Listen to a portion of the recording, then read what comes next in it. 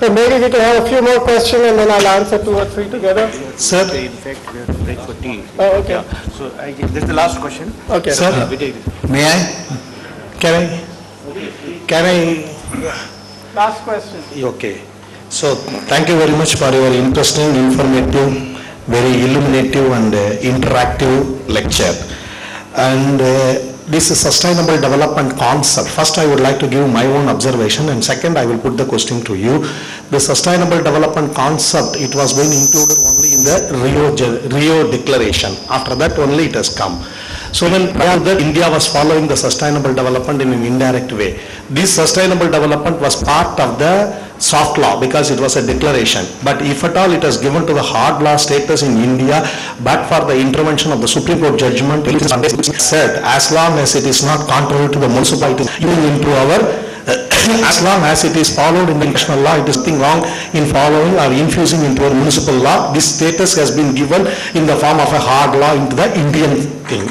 Now, an offshoot of the sustainable development, namely the absolute liability, polluter pays principle, this right of the future generation have come. But if you see the same Supreme Court in the other judgments, Article 21, right to life. Right to life includes providing a clean and healthy environment. So non-providence of the clean and healthy environment violating one of the fundamental right, whereby environmental right has given the constitutional status. But in the very same Supreme Court in the another case said right to life includes right to livelihood also. If that livelihood is taken and then there is, if you are giving the right to life means it is only the dummy right. So if there is a clash comes between the environment and development, again this tricky issue comes. If you see the present status that our constitution says social justice and economic justice. So whether we want the social justice first or the economic justice the first one.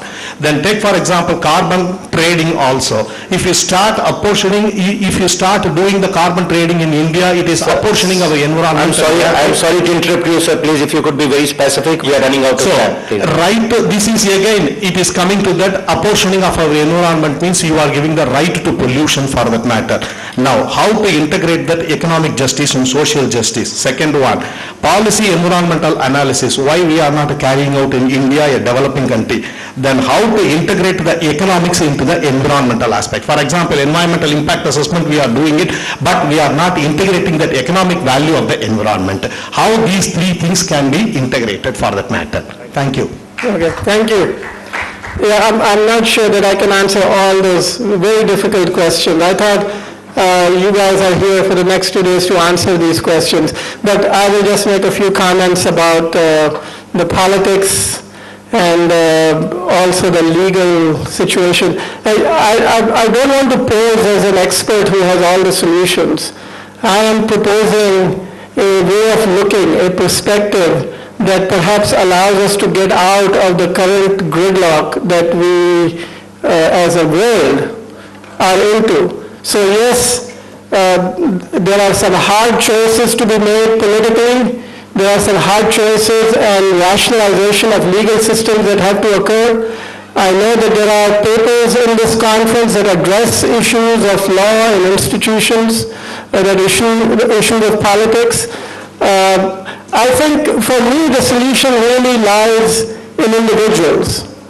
I don't have faith that leaders in this country or in my current country of Canada or in the United States, that leaders are going to produce the solution. The leaders are a creation of the system, and the system needs to be rethought.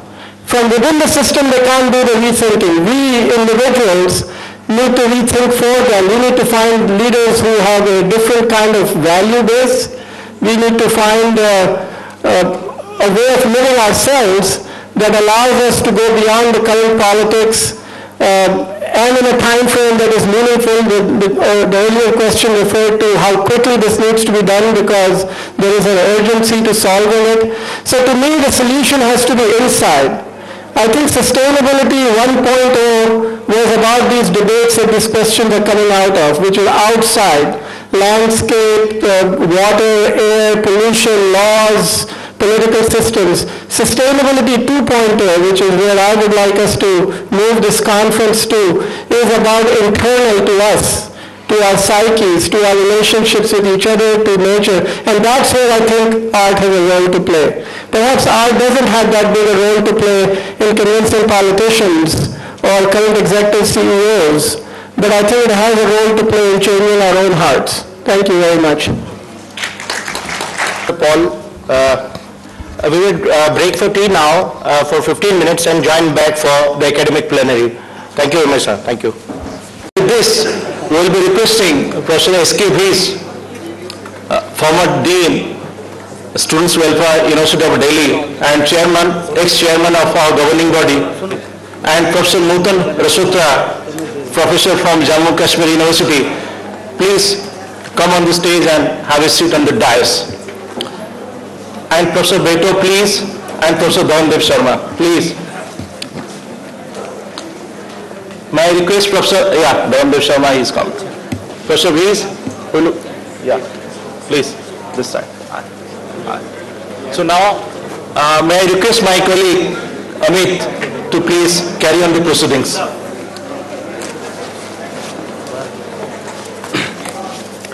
Thank you, Dr. Arundkar. Good evening, August gathering. On behalf of organizing team, greetings to all of you in today's academic plenary session. Sustainable development and emerging dimension is the theme of today's forum. I am privileged to introduce multidimensional personality as Nutan Rasutra, who has kindly agreed to chair this session. Dr. Rasutra is both a scholar and administrator. He received doctoral degree in Human Resource Development from Jammu University. He started his career as lecturer in commerce and presently he is principal of Government College, Udhampur, University of Jammu. He also served as Special Secretary to the then Education Minister from 2002 to 2005. On the other hand, he has authored various textbooks and contributed in newspaper on the diverse topics from politics to religion. May I request Professor Vijay Kaul to present a bouquet to Dr. Rasutra, please.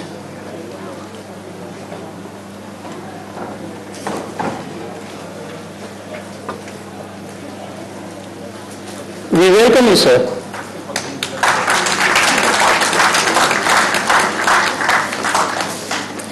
Thank you, Professor Kaul. We have Professor S.K. Vij to co-chair this session. Professor S.K. Vij served University of Delhi with various capacities and proving himself to be an apt administrator.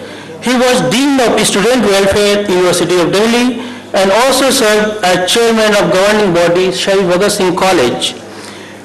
Professor Vij was also Dean of Applied Social Sciences in the University of Delhi, and he has done PhD from Clement University of Sofia, Bulgaria. His immense interest in research led to his publication in journals of international and national repute. We are very glad to have you, sir. May I request Dr. Rasmi Kumar to present a bouquet to Professor Vij, please.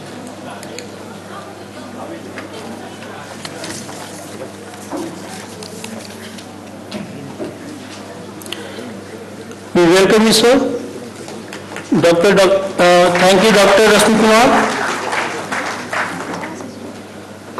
We are also honored to have Professor Dharamdev Sharma on the dais. Professor Dharamdev Sharma is a Peter Wallenberg Professor of Marketing at Stockholm School of Economics.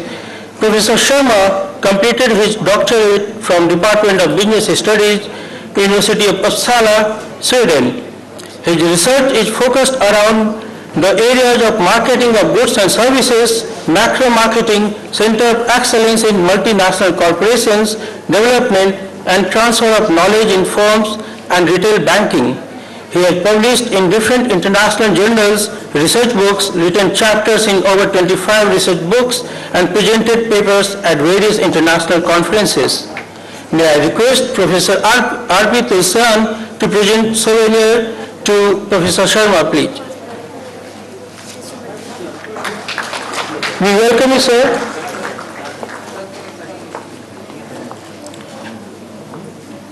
Thank you, Professor Tulsa.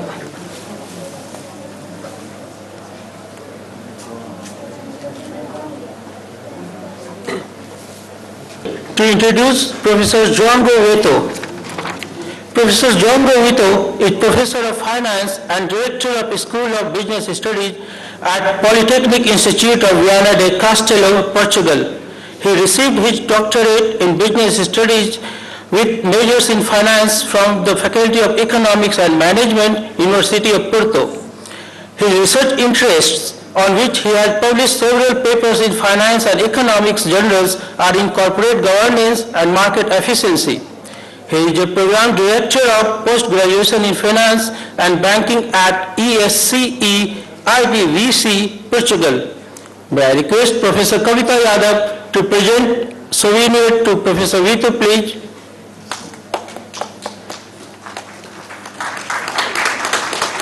We welcome you, sir.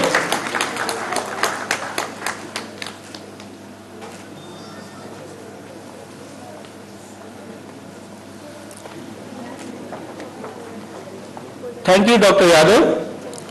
Now I hand over the stage to Professor Nutan Rastotra to begin the proceedings. Over to you, sir.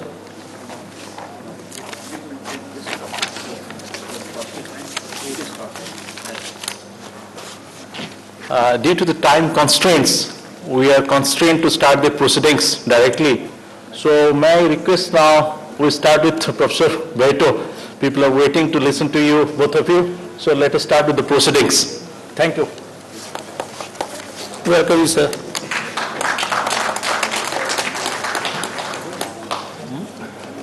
Presentation.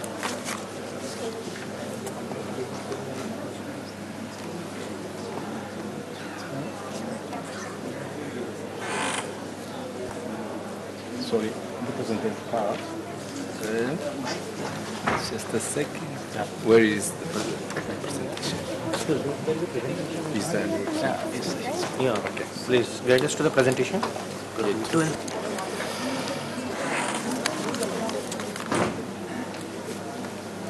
It's a pleasure to be in Delhi again. India for me gave me a lot of emotions. I really enjoy to come to India. So I've been last year, first time in Delhi and India, and after that I talk about India around the world. This is different because the way you receive the people is absolutely different from other countries. So this is the way why I really enjoy to come India anytime, because I cannot find this in other countries, and I visit a lot of countries around the world. Thanks for that. It's amazing also the quality of students, essentially in Delhi University.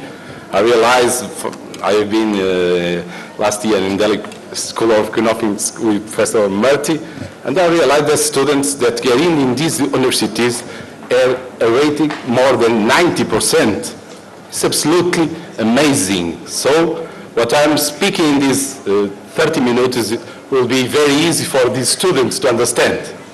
So they are very clever, they are very different from a lot of universities where you can get in economics or business or commerce with 60% for 70%. So it's a privilege for me to be here speaking to all these students and these people about sustainability. So when Professor Kai invited me to be in this conference and speak about something related with finance and or economics and sustainable development, I think about something that is very, very, very, very new in terms of science. So I'm speaking about neuroeconomics or neurofinance. That is something that mix two different areas. Neuroscientists with finance and economics try to understand how the brain works during the finance or economic decisions. This is one of the most amazing experiences of my life. it's very hard because we are just starting to work in this area around the world. So the first papers that appears in Science that relates neuroeconomics and neurofinance, in the case of neurofinance, we just have one paper that starts in 2005. In terms of science, is practically nothing. 7 years of science is practically nothing, so we don't know absolutely nothing about what I am talking about. So it's amazing, and let me explain the first experiments that we have done in this area. Why this is difficult? The difficult is I cannot join other colleagues from finance and doing this kind of research. Why? Because they don't understand nothing about how the brain works. So this is a different way to work, is mix medicine or neuroscientists with finance and economics and try to understand how the brain works during the financial or economic decisions. So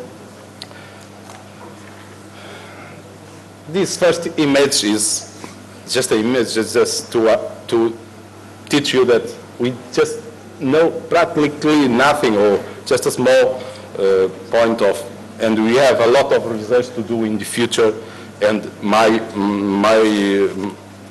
speech will be also to bring other people to this area and try to discover new things about neuroeconomics, neurofinance, or neuromanagement. So one of the most important finds in the economic or finance area was that we have a part of the brain called amygdala that is related with emotions. So what does it mean? That when you take a financial decision to buy stocks, to sell stocks, some seconds before, an area of the brain called amygdala will react. This is very new for us. Very, very, very new for us. The first experiments that have been done in the finance area was in 2005. One experiment in 2002 and the other one, the most relevant, in 2005, so 7 years ago. Actually, we have some labs around the world, just a very small number. I've been in one last month in China, but just a small numbers of labs are working in this area because it's too expensive. The problem of this kind of investigation is too expensive.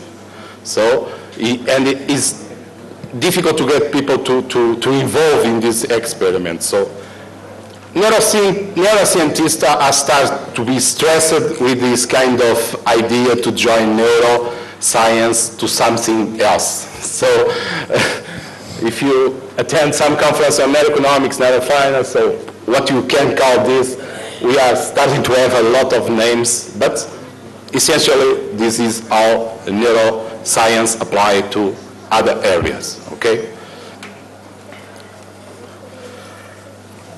My question is, how neuroscience and economics can help to build this sort of idea to join neuroscience to something else? So if you attend some conference on neuroeconomics, neurofinance, so what you can call this, we are starting to have a lot of names, but essentially this is how neuroscience applied to other areas. My question is, how neuroscience and economics can help to build a sustainable world? So let's think about some points that I've made to think about. So we have actually a divided and unsustainable world. In other words, the division is perhaps greater than at any other time. We assist around the world. Each continent wants to grow. The other persons that talk in this conference say, so Brazil is growing 2%, India is just growing 6%. Just is amazing for a European country, because 6%, I cannot remember when Portugal or other European country grows 6%. China is very happy because it's about 75 or 7.5 or something like that. This is extraordinary growing. 6% is excellent. So in Europe, we don't have this kind of growth, actually. We are starting to be in the other side. So we have been trained, well, I'm trying to explain, and during the past we have been trained to think, plan, and act as individuals and not like a groups. So everything you talk about it during this conference will be focused essentially in groups. So we need to think about like a group. And in the past we have think about like continents competing between them, persons competing between them. So this way is not possible to create a sustainable world in the future. So, and we have applied this training to the way we organize and govern ourselves. So each student wants to get the best work, the best company, etc., etc., etc. Each country, we are talking about 6%. Why do we talk about 6% to grow? If you forget the growth of the continents, after that we think about sustainability of the countries. So if you compete between the countries, we are trying to get better to India, better to China, better to other countries. So this is a problem. We are not training to think about like groups. We are training to think about alone, essentially. So we forgot we are just one species in a complex natural world. So this is one interesting point to think about. We have tend to act without a sense of relevance and without, sometimes with integrity. See? And I insert some points. Each country and person want to be the winner, so, and as fast as possible. So if you know that, we will require a new approach to how you are training to think, plan, and act as individuals, and how you are training to organize and govern. So I think this is the interesting point to, I'm not telling to discuss, but to think about. So current scientific understanding of the world and human mind, you need to start to think, to understand how the brain works. Is a big challenge, okay? We have thought, plan, organize, govern, and act like it because we have been training to do so. So we train in our schools people to be competitive, different, to be the winner, but until the moment we don't train to be ethic, to be with values, etc., etc., etc. So what you are doing, mixing the neuroscience with other management, economics, finance areas. So we are trying to understand how the brain works, to get some explanations to apply these theories to the practice. So several mechanisms are used recently to see how the brain works. So you can have functional magnetic resonance imaging, position emission tomography, single photon emissions, etc., etc. The big problem of this situation is they are very expensive to do these studies. It works like that. We insert some persons inside this kind of machines with a computer. They do the simulation, and at the same time, we capture how the brain works. It's very complicated. So it's just take a look like normal life. So you pay a lot to have some image of your brain just to do some health, to discover some health problem or not. So let's think about, I will show you next slides a simulation of investment stocks that we have made, not with tomography system or fMRI system, but with EEG system. And we use 100 simulations. If you think about the price to do 100 simulations inside a machine like that, will be amazing. So this is one limitation also why this kind of field of investigation is not growing so fast as possible. Neuroscientists already discovered some parts of the brain In the left brain area, we have analytic thoughts, logic, language, science, and mathematics. So in the left part, we work with this area of acknowledgement. In the right side, we have holistic thought, intuition, creativity, arts, and music. But we are always trying to see what else we can find in this kind of situations. Let me introduce something about ethical brain. And this is the main point of my presentation. So if you want a world, sustainable world, you need to think about an ethical brain.